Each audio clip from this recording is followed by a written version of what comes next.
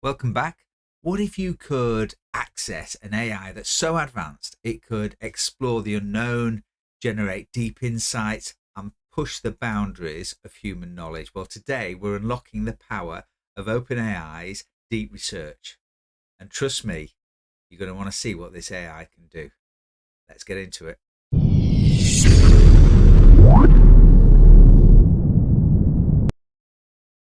So I go on quite a lot about how actually the real advances for normal users like me are the tools like Canvas and projects, etc.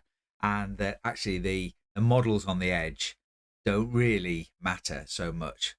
But to be honest, I can't resist an opportunity to play with the most advanced technology that's out there. So don't tell Mrs. Professor. I paid my $200 to get access to the OpenAI's Pro account to give me access to Deep Research so I can just have a look at what it does. So whether you are a scientist, a data analyst, you're a creative thinker, this tool is absolutely at the cutting edge. In this video, I'll show you its full potential. We'll demonstrate what powerful prompts can do, and I think this takes AI to a whole new level. Let's have a look at it. Okay, so here we are in ChatGPT, and you can see for my $200 a month, I get access to this button, Deep Research. So let's jump in and try something. So I have downloaded a version of the Hagkrut climate data from the website. It's about 4 megabytes.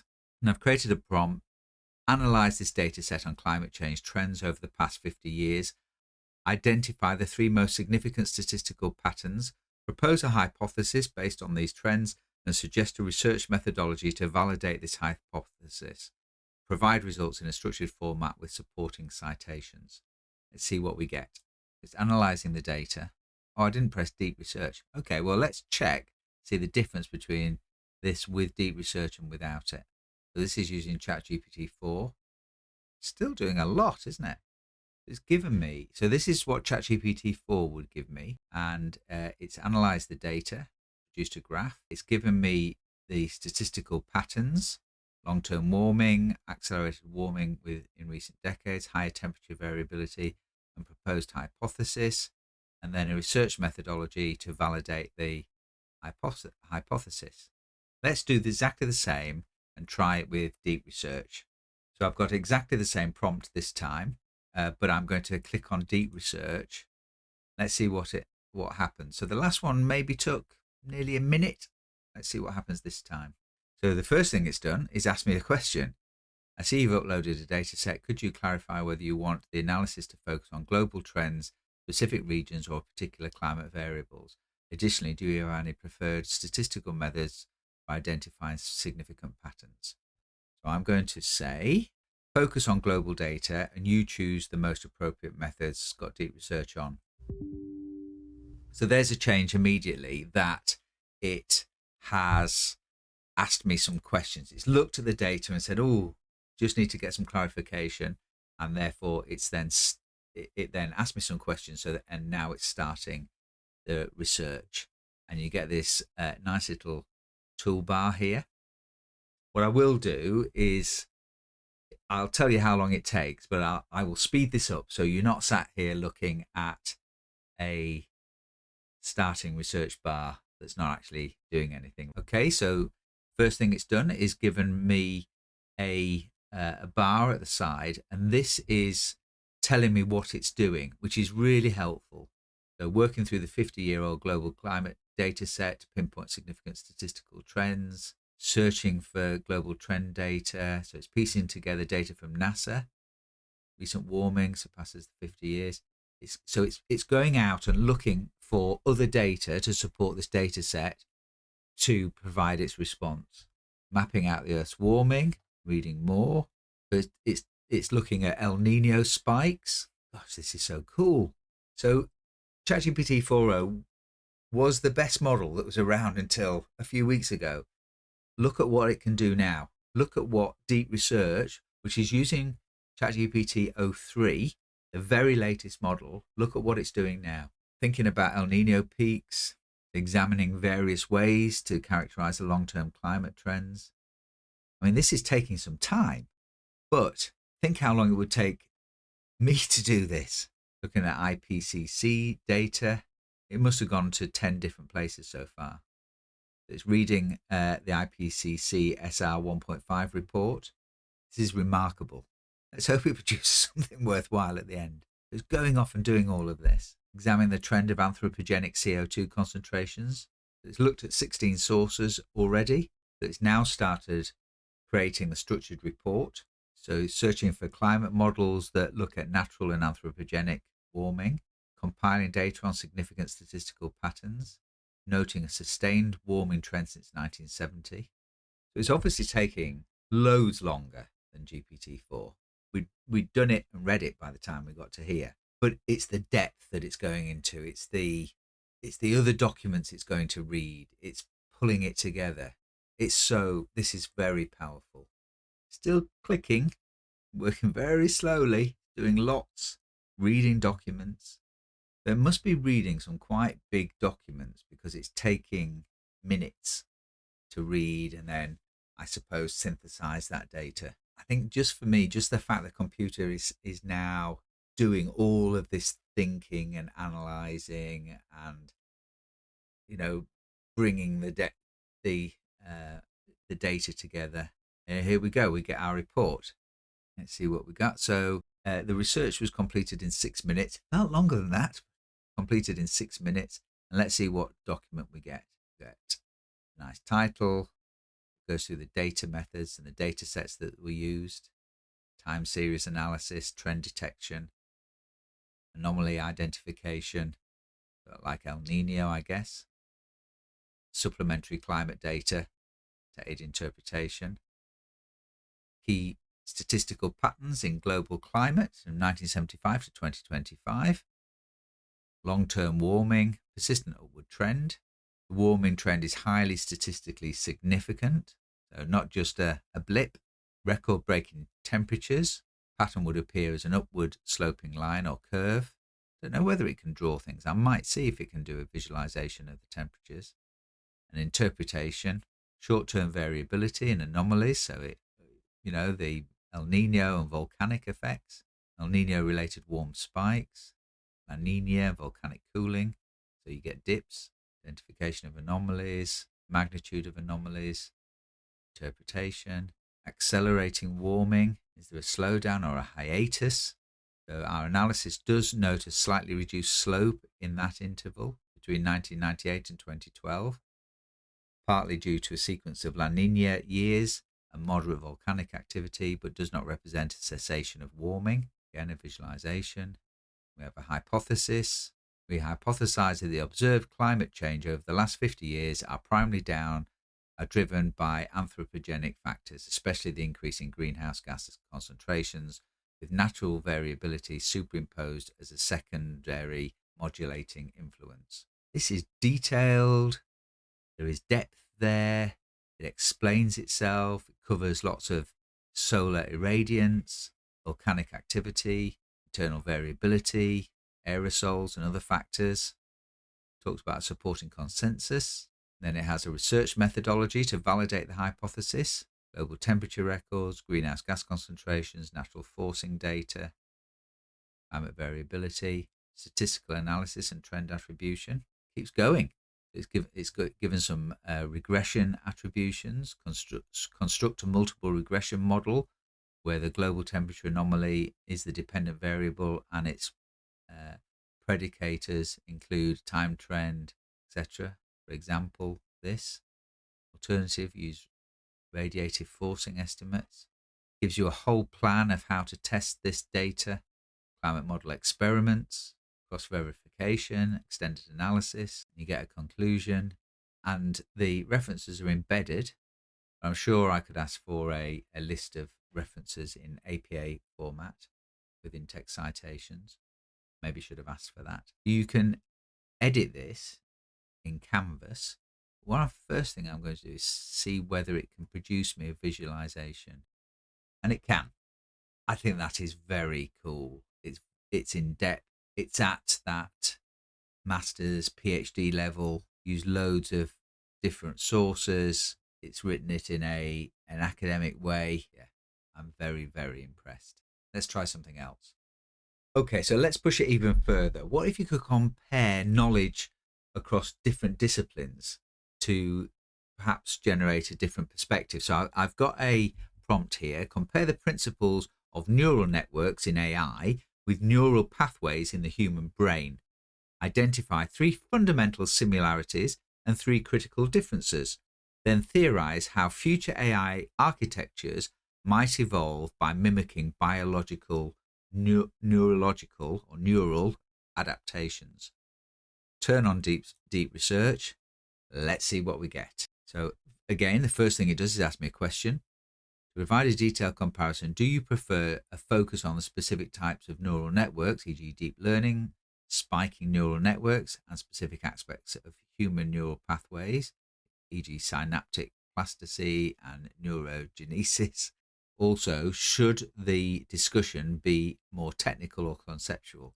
Finally, do you want references to recent AI advancements? So I've said, please be as complete as you can, covering all types of neural networks and human neural pathways. So I'm not asking it to focus in on specific areas. Please include both technical and conceptual discussion. So I want both. And please reference in APA style with in-text references and a list of references at the end. See what we get. Deep research is on. There it goes. It's telling me what it's going to do. It feels like cheating. Feels like I've got access to an incredibly powerful tool. It started doing the activity, and I like this activity. At least it keeps you interested while you're waiting 6 minutes for it to do its research. So it's looking at similar structures, nodes, experimental therapies, reading. It's not just reading, it's evaluating its sources. Are they suitable for the question that's been asked? It's looking at academic papers, Goodfellow et al. 2016 and Lillicrap et al. 2020, doing mapping. This is work, if you were doing this study yourself, this is work you would be doing, collecting the data, mapping it, checking the what other people are saying, what theories are out there, etc. Considering synaptic plasticity, artificial neural networks. Curious about the Oxford study contrasting brain and neural networks. I like this here. Interestingly, brains tweak structures and functions. In contrast, ANNs mostly change weights. Is the AI finding it interesting? So it's categorizing the connections, the similarities, I guess. It's doing some snowball searching, so looking at references within the documents that it's found and finding other ones, including one back to 1949. Obviously, a key reference paper for this area of study. This is amazing. Imagine if you were a PhD student starting to become the world's expert on a specific subject, and you were able to really dig into your subject through using this tool to go and find information, bring it together, synthesize it, put it into a document for you. It could speed up your learning enormously. And of course, as I say all the time, with the best ways to use these tools are to have a conversation with them, to push them, to ask them questions about specific things, to ask them to explain different points in more detail, to, as we've seen, create graphs. Think about what areas of study should be opened up, where are the gaps in knowledge. Being able to have those conversations with something that's frankly this intelligent instantly on your computer, in your own bedroom, in your office, in your study hall, your library, it's remarkable. Now it's going through the APA approach, so including DOIs. And of course, that will give me an opportunity to go and check these documents afterwards. I'm sure I can ask it to produce me a list of just a list of the references. In fact, I could ask it to just create me a list of references so that I can go off and do the in-depth research myself. And of course, as with all AI, this isn't about getting the AI to do everything. This is about helping you to do that learning. But these are just some wonderful demonstrations of the power of this absolute frontier technology, telling me what it's planning to recite. And here we go. So that took 9 minutes. I looked at 19 sources. I won't go through it in the same detail as I did before, but similarities in pathways, put the references in. I don't like that very much. Great for blogs and things like that. This is what we need to see. I can maybe need to tweak the prompt to make sure that there are no in-text links. I'm not going to go through all of this.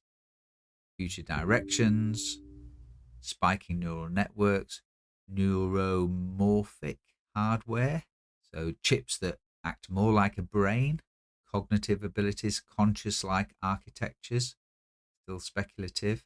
And here we have a list of references. That's what you'd expect. I'd expect a few more, to be honest, but Geoffrey Hinton there, one of the godfathers of AI. Wow, just wow.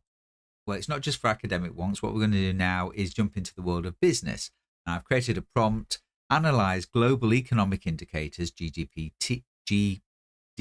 trends, inflation rates, trade balances from the past 20 years, predict the next 5 years economic outlook, and propose investment strategies for a diversified portfolio that maximizes resilience against potential recession. I actually just turned Deep Research off there. Now it's back on. Let's see what we get. See if we can lose a few economists. So as previously, it's asking me some questions. So scope. So here are my answers to the questions. I've not gone through and let you see me type it all out just to save you a bit of time. And off it goes, telling me what it's doing. So of course, what's happened with these new models, with the O3 model in particular, and this is not the O3 mini that it's using O3 full blown. What's happened with O1 and O3 is that it is building in this thinking time, this thinking about the problem, going through a process of identifying a methodology to answer the question, challenging that methodology, searching information. It's doing all that before it actually goes off and does the actual work that you've asked it to do. And that's what's given us the extreme explosion in its capability. It's really, really cool. We'll come back when it's done and I'll let you know what's happened. Okay, so here we are. It took 7 minutes this time. And interestingly, it didn't produce this sidebar telling me what it was going to do. So it was pretty boring watching the ticker go across, and it was telling me what it was doing, but it wasn't giving me the details. So here we go. North America versus Europe, 20-year economic trends and investment strategies. Past 2 decades, primarily the Euro state, have experienced several economic cycles. Both regions saw strong expansions in the mid 2000s and sharp contractions. Inflation rate trends, significant inflation, monetary policies trajectory, technological advancements and productivity. I think probably for the first time in my life, AI means that quite a lot of this could be, we just could have a different world in the next 5 years because of AI. Geopolitical risks, Russia's war with Ukraine, not very helpful. Move from hyperglobalization to a bit more sort of protectionist policies. Demographic shifts, fiscal policy and public debt, long-term investment strategies by risk tolerance, 5-year horizon, low risk, high quality government bonds, US treasuries, German bunds, limited stock, defensive, low volatility sectors. Get down to the more exciting stuff. So balanced portfolio, 40 to 60% in equities, different stocks, US stocks, emerging Asian stocks, smart bonds, truly balanced long-term portfolio might go beyond the stock and bond dichotomy, include some alternative assets, can improve diversification. For example, real estate, trusts, etc., commodities, aggressive, high risk, high reward, 80 to 100% in equities, basically saying going to the US large cap stocks, artificial intelligence, fintech, clean energy, other disruptive technologies, key insights. Wow, there's a lot of data in here. There's a lot of discussion, and we've got quite a few references. Very cool. Okay, something a bit closer to home. So this prompt is: many UK universities are reporting financial distress. There are several reasons for this, and these impacts will carry different weights. Please review the reasons for the problems, highlight the specific weight of each, perhaps break the sector down by mission group, and identify policy changes and choices that could help the sector and responses the sector could make to help itself. Let's see what we get. Put deep research on. And as always, it asked me some questions. Okay, so it's asked me a number of questions. Do you want the financial distress to be broken down by a specific mission group? I've said yes, use the mission groups. Do you want qualitative or quantitative impacts? And I've asked for both. Are you interested in recent policy changes that have already impacted universities or just new policies? I've asked for both. Should the response be focused on government interventions or university-led strategies? I've asked for both. And the specific time frame to focus on, what I've done is say, look back as far as Brexit. Let's see what we get. Tell me what it's doing. It's starting the research. It'd be interesting to see whether it does pick up the very latest policy changes. So just before Christmas, in the budget, the government announced an increase in tuition fees. They also, at the same time, announced an increase in national insurance costs, which for some universities will overwhelm the tuition fee increase, and for others they may be a little bit ahead, but it's certainly not anywhere near just the tuition fee increase, because it's been offset by the national insurance increase for all institutions. Also, I am getting a sidebar this time. So interestingly, I think certainly for questions like this, it's looking at blogs and newspaper reports rather than academic papers. And I think that's fair enough, because it's looking for things that are very recent. It's noting Russell Group's rise and post-92 institutions decline, reflecting changing student recruitment dynamics. That's interesting. Picked out international enrolments. Is there any more? Gosh, it's still going. Brexit, picked out that. Decreasing EU students. It's now thinking through the Brexit effects.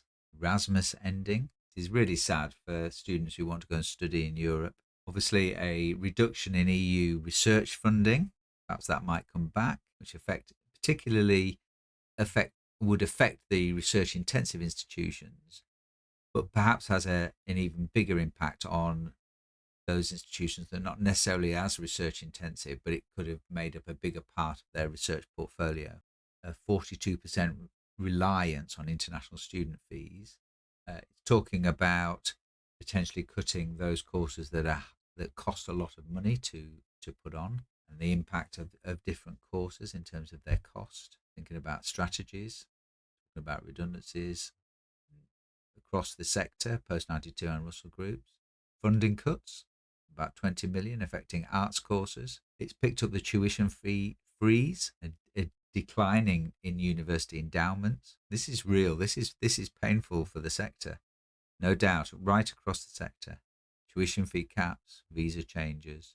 It's thinking about how to tell the story and looking at Oxford and Cambridge. There we go. We've got our document, financial distress in UK universities since Brexit, key financial pressures. Give me a nice table. So the factors: reduced international student enrolment, decline in research funding, rising operational costs. Remember that inflation jumped up to about 10% in 2022, and the fees stayed the same. So that squeezed universities significantly. Brexit-related losses, domestic policy changes, tuition fees, student number funding, economic conditions, so philanthropy and endowments have fallen. There's a study on each of them by institution. If you're a minister trying to get an understanding of what's going on in the sector, this wouldn't be a bad start, would it? You can also go and talk to the sector, but it wouldn't be a bad start to understand what's going on in the sector you're responsible for. Domestic policy changes. The domestic higher education policy over the past decade set the stage for the current financial crunch. Most significant factor has been the tuition fee cap in England, parallel policies in the devolved institutions, receiving less money per UK student in real terms. Universities are estimated to be losing about £2,500 annually on every home undergraduate. Post 92 universities' domestic policy has been nothing short of punishing in financial terms. It's quite hard hitting. Economic conditions. Government has announced a minor fee rise. This is a 3% uplift and far below the cumulative inflation. Interestingly, it hasn't picked up immigration and visa rules. Interestingly, it hasn't picked up in that piece the increase in national insurance. Immigration and visa rules. In summation, government policies since 2016 have often prioritised cost containment and controlled growth over bolstering university finances. The tuition fee cap policy alone created a structural deficit for teaching UK students. Future policy options to stabilise the sector, increase funding per student, targeted rescue funding, some universities, revise immigration and visa policies favourably, more international students, enhance research funding and collaboration, infrastructure and capital support. As borrowing costs have gone up, it has been more difficult to invest in infrastructure and capital. Regulatory and structural reforms, perhaps encouraging mergers of institutions, more financially robust entities, and better direct support to students. And what universities can do, diversifying and growing revenue streams, internationalizations, transnational education, industry partnerships, commercial services, real estate and investments, cost containment and efficiency measures, staff reductions and restructuring. 67 UK higher education institutions have launched redundancy or restructuring programs in the last year. That's nearly 50%. Merging or closing departments, operational efficiencies, maybe using AI. Pension reforms. Pensions are very expensive in universities. Focusing on in-demand courses, innovations in delivery, international branch campuses and pathway colleges. Interestingly, surprisingly, investing in student support can be a financial strategy. By improving the student experience, universities aim to boost retention and completion rates. Support students better and they'll stay and they'll finish. Fundraising. There we go. Really impressive. There we are. So absolutely at the cutting edge of what's available in AI right now. And I don't know about you, but that has blown my socks off. Put in the comments below what you think this might be used for, what you feel about deep research. How might it change what happens over the next few years? I think it's amazing. I think this is a massive step forward. I think it's something we should be grasping and we should be working with. And of course, this is as bad as it's ever going to be. It's going to get even better. Every day they're improving these models.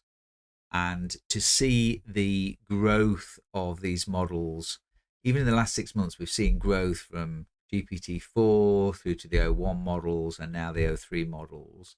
And the capability enhancement is absolutely amazing. I'll catch you soon. Bye bye for now.